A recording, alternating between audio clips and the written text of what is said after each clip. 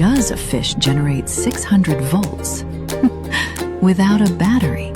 No wires, no circuits, just cells. Inside its body are thousands of tiny batteries.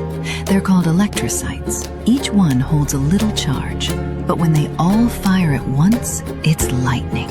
Strong enough to knock a horse over, to stun a predator, to kill in silence. It's called the electric eel.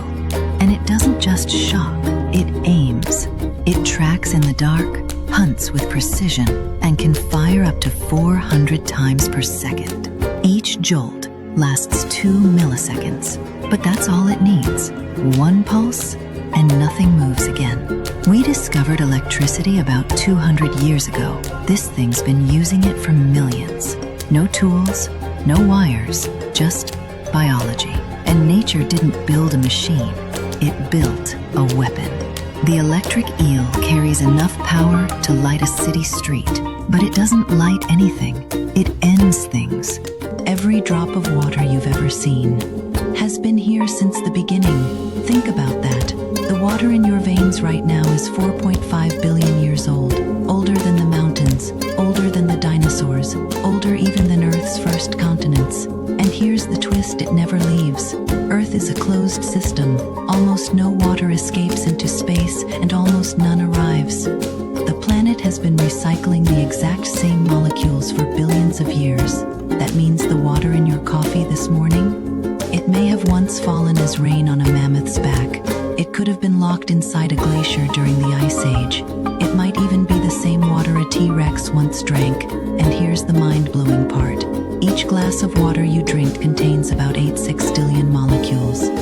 Statistically, some of them have passed through the blood of every person who's ever lived.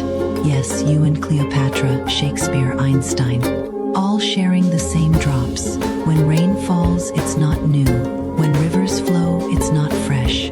It's the same ancient water, endlessly transformed. So next time you touch the ocean, remember you're touching the past, the present, and the future. All at once. At the bottom of the ocean, there's a lake.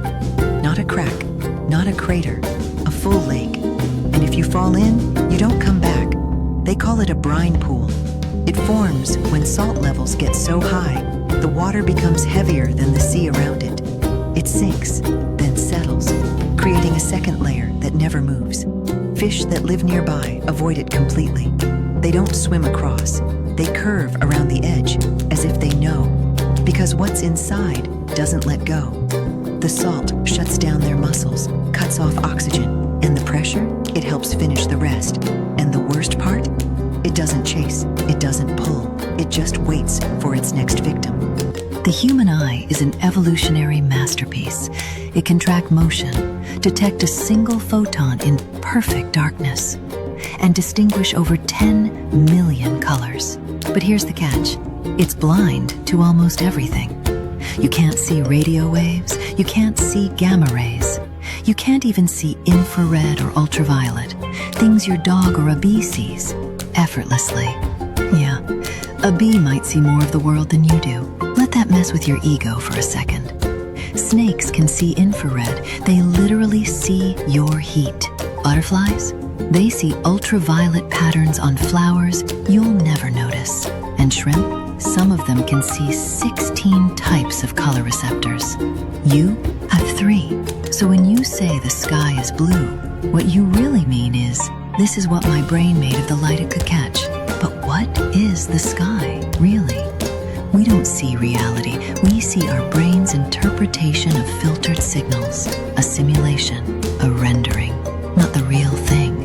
Your eyes don't show you the truth. They show you just enough to survive. Have you ever wondered how such a small bird can fly so high in the sky? The eagle, the true king of the skies. The answer lies in its powerful wings and the air currents. Eagles use thermal currents, warm air that rises upward. They spread their wings and glide effortlessly without wasting energy. And without GPS, nature has gifted them with the ability to sense Earth's magnetic field. They can feel the magnetic signals of the planet, and that's how they set their direction.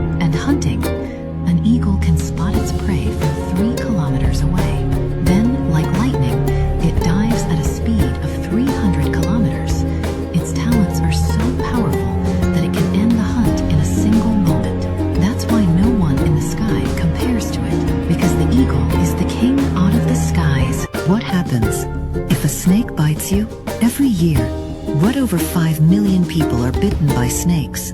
Most far from hospitals. A venomous snake doesn't inject poison. It delivers venom, a biochemical weapon. It enters the blood in seconds, kills red cells, melts tissue, paralyzes muscles. Some venoms shut down your nerves. Others thin your blood. You bleed from inside. At first, you feel nothing. Then, swelling, nausea, dizziness, untreated organs fail, limbs rot, death in hours. Antivenom is the only reliable cure, but it's rare and expensive. Still, snakes don't hunt humans.